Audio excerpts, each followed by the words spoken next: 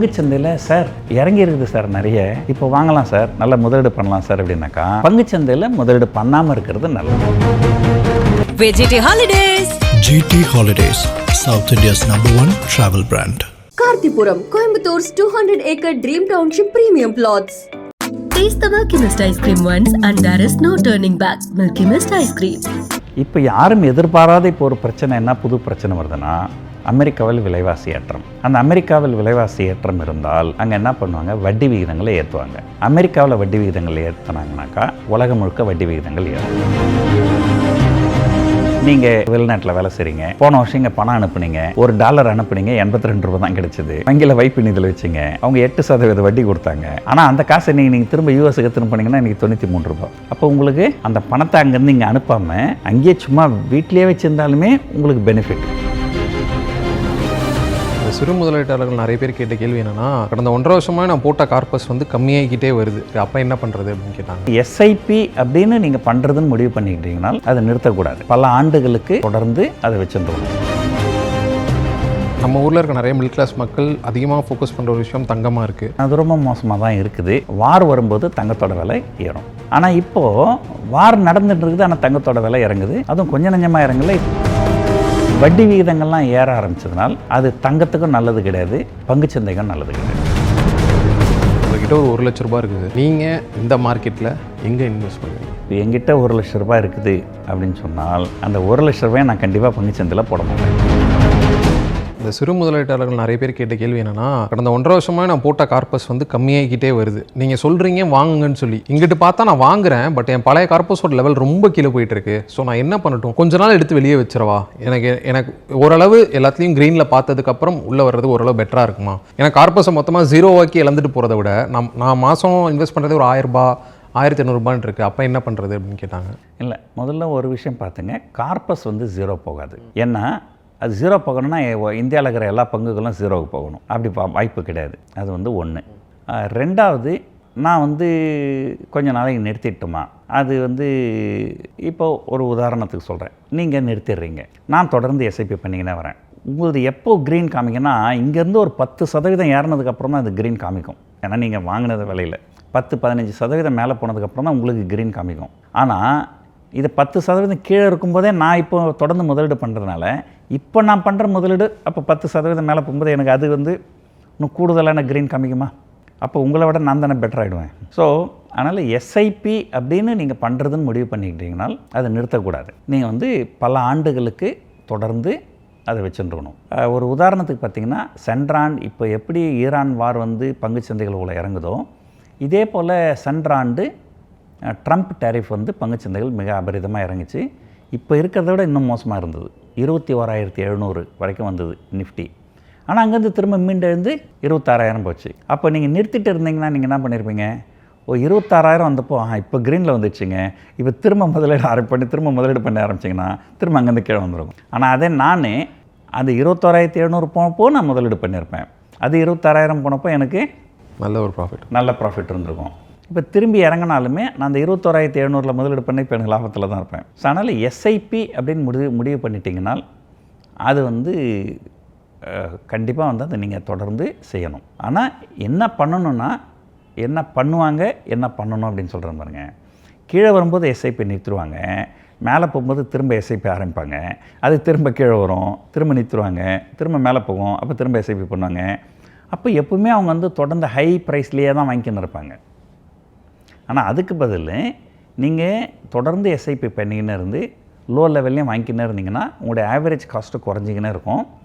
எப்போது ஒரு தடவை போன வருஷம் எண்டில் வந்த மாதிரி ஒரு பெரிய ரேலி வந்ததுன்னா அப்போ கொஞ்சம் கொஞ்சமாக பார்ஷியல் ப்ராஃபிட் புக் பண்ணணும். சிஸ்டமேட்டிக் வித்ட்ராவல் பிளான் அப்படின்னு சொன்னேன், அந்த மாதிரி பண்ணணும்.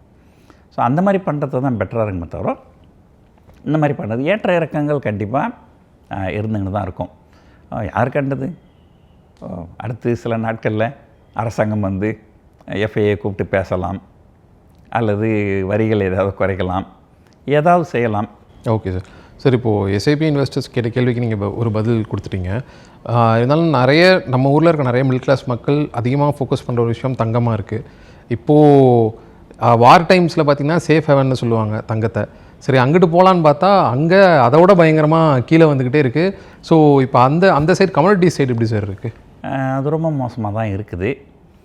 என்ன சொல்லுவாங்க, நம்ம எவ்வளோ தான் படிச்சுன்னு போனாலும் அவுட் ஆஃப் சிலபஸ்லேருந்து கொஷின் வந்ததுன்னா நம்மளால் ஆன்சர் பண்ண முடியாது. ஏறக்குறைய இப்போது தங்கத்தோட விலை வந்து அவுட் ஆஃப் சிலபஸ் கொஷின் மாதிரி தான் இருக்குது. ஏன்னா பொதுவான நியதி என்னென்னா வார் வரும்போது தங்கத்தோட விலை ஏறும், அதுதான் ஒரு பொதுவான நியதி. ஆனால் இப்போது வார் நடந்துட்டு இருக்குது, ஆனால் தங்கத்தோட விலை இறங்குது. அதுவும் கொஞ்சம் நஞ்சமாக இறங்கல. உலக சந்தையில் 10% இறங்குச்சு. இப்போ கொஞ்சம் ரெக்கவர் ஆகிட்டு ஒரு 7% மைனஸில் இருக்குது. ஆனால் நான் பார்த்துட்டு இருந்தேன், இப்போ 10% ஒரு கட்டத்தில் இறங்குச்சு. இப்போ இது என்ன பயப்படுறாங்க அப்படின்னா, பொதுவாக வந்து என்ன நடக்கும் அப்படின்னு சொல்லிடுறேன் பாருங்க. ஒரு போர் அப்படின்னு வந்தால் அந்த போரில் ஈடுபடுகின்ற பொருளாதாரங்கள் வந்து மிகப்பெரிய அளவில் பாதிக்கப்பட்டுடும். அப்போ அந்த பொருளாதாரத்தை மீட்டெடுப்பதற்காக வங்கிகளில் வட்டி விகிதங்கள்லாம் குறைப்பாங்க. ஆனால் இப்போ நடக்கிற போர், ஈரானுக்கும் அமெரிக்காவுக்கும் நடக்கிற போர் அந்த மாதிரி பிரச்சனையை கொண்டு வரல. பொருளாதாரம் சீரழியல, அமெரிக்க பொருளாதாரம் சீரழியல. ஈரானோட பொருளாதாரம் சீரழியுது, பட் அது வந்து ஒரு பெரிய இது கிடையாது. அவங்க சில தனி வழியெலாம் வச்சுருப்பாங்க. என்ன பண்ணுவாங்க, யாருமே எதிர்பார்க்காத அளவுக்கு ஈரான் வந்து ரொம்ப மூர்க்கமாக வந்து அமெரிக்காவை தாக்குறாங்க. அவங்கக்கிட்ட இருக்கிற மிசைல் அதிகபட்சம் 2000 கிலோமீட்டர் தான் போகும் அப்படின்னு நினச்சின்னு இருந்தாங்க. இப்போ ஒரு மிசைல் அடிச்சிருக்கிறாங்க, அது 4000 கிலோமீட்டர் போயிருக்குது. 4000 கிலோமீட்டர் தூரத்தில் நிறைய நாடுகள் வந்து ஆபத்து இருக்குது. அதுக்கப்புறம் F-35 ஸ்டெல்த் பாம்பர் அப்படின்னு ஒரு விமானம் இருக்குது அவங்க அமெரிக்கா கிட்ட, ஃபைட்டர் ஜெட்டு. அதெல்லாம் ராடார் கண்ணுக்கே புலப்படாது அப்படின்னு சொல்லின்னு இருந்தாங்க. ஆனால் அந்த ஒரு ஜெட்டையும் வந்து ஒரு மிசைல் வச்சு ஈரான் வந்து அடிச்சிருக்கிறாங்க. அப்போ இது யாருக்கும் புரியல. யார் கண்ணுக்கும் தெரியாத ஒரு விமானத்தை, அதுவும் அவ்வளோ வேகமாக போகிற ஒரு விமானத்தை எவ்வளோ கரெக்டாக குறி வச்சு இவங்க அடிச்சிருக்கிறாங்க. 20 கோடி கேட்குறாங்களாம் ஈரானில். 20 கோடி கொடுத்தீங்கன்னாக்கா ஒரு கப்பல் விட்டுருவாங்க. அப்போது வேறு வழி இல்லாமல் ஆசிய நாடுகள் நம்ம கச்சா எண்ணெய் வேணும், கச்சா எண்ணெய் இல்லாமல் நம்ம என்ன பண்ண முடியும், எல்பிஜி இல்லாமல் என்ன பண்ண முடியும், அதுக்காக இந்த பணத்தை கொடுக்க வேண்டி வரும்.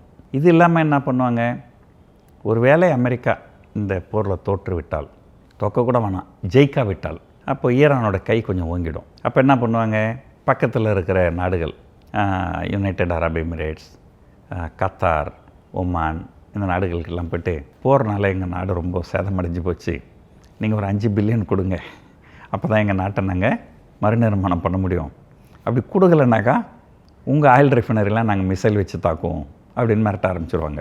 ஸோ இப்படி வந்து ஈரான் வந்து அவங்க ஒரு வழியாக அவங்க நாட்டை டெவலப் பண்ணிப்பாங்க. அதே போல் அமெரிக்காவுக்கும் எதுவும் பிரச்சனை இருக்காது. இப்போ யாரும் எதிர்பாராத இப்போ ஒரு பிரச்சனை, என்ன புது பிரச்சனை வருதுன்னா, அமெரிக்காவில் விலைவாசி ஏற்றம். அந்த அமெரிக்காவில் விலைவாசி ஏற்றம் இருந்தால் அங்கே என்ன பண்ணுவாங்க, வட்டி விகிதங்களை ஏற்றுவாங்க. அமெரிக்காவில் வட்டி விகிதங்கள் ஏற்றினாங்கனாக்கா உலகம் முழுக்க வட்டி விகிதங்கள் ஏறும். ஸோ இங்கே கூட பாருங்கள், இப்போ ஒரு உதாரணத்துக்கு சொல்கிறேன். நீங்கள் இதை வெளிநாட்டில் வேலை செய்கிறீங்க, போன வருஷம் இங்கே பணம் அனுப்புனீங்க, $1 அனுப்புனீங்க, 82 ரூபா தான் கிடச்சிது. வங்கியில் வைப்பு நிதியில் வச்சிங்க, அவங்க 8% வட்டி கொடுத்தாங்க. அப்போ கூட அந்த 82ன்றது எவ்வளோ வந்திருக்கும், 89, 90 தான் வந்திருக்கும். ஆனால் அந்த காசை நீங்கள் திரும்ப யூஎஸ்க்கு எடுத்துன்னு போனீங்கன்னா இன்றைக்கி 93 ரூபா. அப்போ உங்களுக்கு அந்த பணத்தை அங்கேருந்து இங்கே அனுப்பாமல் அங்கேயே சும்மா வீட்டிலே வச்சுருந்தாலுமே உங்களுக்கு பெனிஃபிட். பட் நீங்கள் வீட்டில் வச்சுருக்க மாட்டீங்க, அங்கே பேங்க்கில் வைப்பு நிதியில் வைப்பீங்க, அங்கே 2% 3% கொடுப்பாங்க. அதை கூட விட்டுருங்க, சும்மா வீட்டில் வச்சுருந்தாலே உங்களுக்கு லாபம். அந்த பணத்தை இங்கே கொண்டாந்து இங்கே ஃபிக்ஸட் டெபாசிட் போட்டு உங்களுக்கு என்ன பிரயோஜனம், லாஸ் தான் வந்தது. அப்போ என்ன பண்ணுவாங்க, இந்திய ரூபா வந்து இந்த மாதிரி மதிப்பிழக்க வங்கிகளில் வைப்பு நிதியோட வட்டியை ஏற்றுவாங்க. அப்போ என்னாகும், 8%ன்றது 10% கொடுத்தாக்கா பரவாயில்லைங்க, கொஞ்சம் டிப்ரிஷியேட் ஆனாலும் ஏதோ கொஞ்சம் நமக்கு வரும். ஸோ அப்படின்னு ஒரு இல்லைன்னா யாரும் வெளிநாட்டிலேருந்து பணத்தை அனுப்ப மாட்டாங்க. அப்போது இந்த வட்டி விகிதங்கள்லாம் ஏற ஆரம்பித்ததுனால் அது தங்கத்துக்கும் நல்லது கிடையாது, பங்குச்சந்தைக்கும் நல்லது கிடையாது. ஸோ இந்த காரணத்தினால தான் சமீபத்தில் தங்கத்தோட விலையும் இறங்குது, பங்குச்சந்தையும் அபரிதமாக இறங்குது. Okay sir. சார் என்னோடய கடைசி கேள்வினா, இப்போது உங்கள்கிட்ட ஒரு 1 லட்ச ரூபா இருக்குது சார், நீங்கள் இந்த மார்க்கெட்டில் எங்கே இன்வெஸ்ட் பண்ணுவீங்க, என்ன பண்ணுவீங்க? முதல்ல அந்த 1 லட்ச ரூபா வச்சு என்ன பிளான் பண்ணுவீங்க? அதாவதுங்க, பொதுவாக வந்து இப்போ என்கிட்ட 1 லட்ச ரூபாய் இருக்குது அப்படின்னு சொன்னால் அந்த 1 லட்ச ரூபாயை நான் கண்டிப்பாக பங்குச்சந்தையில் போட மாட்டேன். அந்த 1 லட்ச ரூபாயை சில பகுதிகளாக பிரித்து கொஞ்சம் வந்து ஒரு ஃபிக்ஸட் டெபாசிட்டு, கொஞ்சம் வந்து தங்கம், கொஞ்சம் வந்து பங்குச்சந்தை அப்படி தான் நான் வந்து முதலீடு பண்ணுவேன்.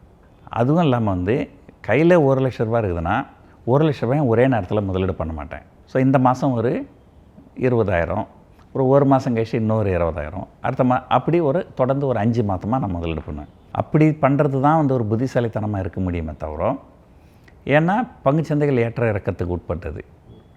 மற்றபடி நம்ம கையில் இருக்குது, இன்றைக்கி வந்து இந்த பங்குகளை வாங்கலாம் அப்படின்னா நாளைக்கு அந்த பங்குகள் ஏறினாலும் ஏறும், இறங்கினாலும் இறங்கும். ஸோ பங்குச்சந்தைகள் வந்து ரொம்ப மோசமான நிலையில் தான் இருக்குது. அது மீள்றதுக்கு உண்டான வாய்ப்புகள், அறிகுறிகள் இப்போதைக்கு எதுவும் தெரியல. பொதுவாக நம்ம எப்படி சொல்லுவோன்னா, நீங்கள் ஒரு பொருளை வாங்குறீங்க முதலீட்டுக்காக. ஒரு அனாலஜி சொல்கிறேன் பாருங்கள். இப்போ ஒரு இடத்துல நீங்கள் போய் ஒரு மெனை வாங்கலான்னு முடிவு பண்ணுறீங்க. எதுக்காக? ஒரு முதலீட்டுக்கு. நாளைக்கு விலை ஏறிச்சுன்னா விற்கலாம். அந்த மெனைக்கு பக்கத்தில் குப்பை கோலம் கொட்டுறதுக்கு உண்டான கிடங்கு அரசாங்கம் வந்து அமைக்கிறதுக்கு யோசனை பண்ணுறாங்க அப்படின்னு ஒரு செய்தி வருது. அப்போ என்ன பண்ணுவீங்க? ஒருவேளை அது வந்ததுன்னா உங்கள் மெனை யாரும் வாங்க மாட்டாங்க. குப்பை கிடங்கு பக்கத்தில் இருந்துன்னா நாற்றம் இருக்கும். அதனால் என்ன பண்ணுவீங்க? அதனால் வந்து கொஞ்சம் குறைவாகவே கொடுப்பாங்க. மெனை விற்கிறவங்க கொஞ்சம் குறைவாகவே கொடுப்பாங்க. இருந்தாலும் நீங்கள் வாங்க மாட்டீங்க. ஏங்க நான் தான் குறைவாக கொடுக்குறேனுங்க அப்படின்னா, இல்லைங்க அங்கே ஒரு பிரச்சனை இருக்குது, அதனால தான் நீங்களும் குறைவாக கொடுக்குறீங்க. ஒருத்தர் குறைவாக கொடுக்குறாங்கன்னா எதுக்காக குறைவாக கொடுக்குறாங்கன்னு நமக்கு யோசனை பண்ணணும். நான் கொஞ்சம் அதிகமாக கொடுத்து வாங்கினா கூட பரவாயில்லைங்க, அந்த அரசாங்க ஆணை வந்துடணும். இந்த இடத்துல வரல, அது வேறு எங்கேயோ வருது அப்படின்னு ஒரு அரசாங்க ஆணை வந்துடுச்சுன்னா, அப்போ நான் கொஞ்சம் கூட கொடுத்து வாங்கினாலுமே அது அங்கேருந்து ஏறுறதுக்கு உண்டான வாய்ப்புகள் நிறைய இருக்குது. நிறைய பேர் என்ன நினைக்கிறாங்க, பங்குச்சந்தையில் சார் இறங்கி இருக்குது சார் நிறைய அப்படின்னா, இப்போ வாங்கலாம் சார், நல்ல முதலீடு பண்ணலாம் சார் அப்படின்னாக்கா, அது ஏன் இறங்குதுன்னு ஒரு காரணம் இருக்குது. ஒரு காரணம் இல்லாமல் இறங்கும். நீங்கள் வைடூரியம் வச்சுக்கிறீங்க, ஒரு காரணம் இல்லாமல் 100 ரூபாய் கொடுப்பீங்களா?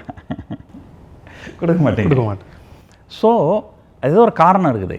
அந்த காரணம் இருக்கின்ற வரை, அதை குறிப்பாக வந்து இந்த ஈரான் போர் முடிகிற வரைக்கும் பங்குச்சந்தையில் முதலீடு பண்ணாமல் இருக்கிறது நல்லது. ஆனால் அது முடியும் போது பங்குகள் கொஞ்சம் ஏறிட்டுருக்கும். ஆனால் கொஞ்சம் நீங்கள் அதிகமாக விலை கொடுத்து வாங்கினாலுமே அப்போது அங்கேருந்து இன்னும் ஏறும் அப்படிங்கிற ஒரு நம்பிக்கை இருக்கும். ஆனால் இப்போ வாங்கினீங்கன்னா இன்னும் எவ்வளவு இறங்கும் அப்படிங்கிறது யாருக்கும் தெரியாது. ஓகே சார், ரொம்ப நன்றி sir. VGT Holidays. GT Holidays, South India's #1 travel brand. Karthipuram, Coimbator's 200-acre Dream Township premium plots. Taste the Milky Mist ice cream once and there is no turning back. Milky Mist ice cream.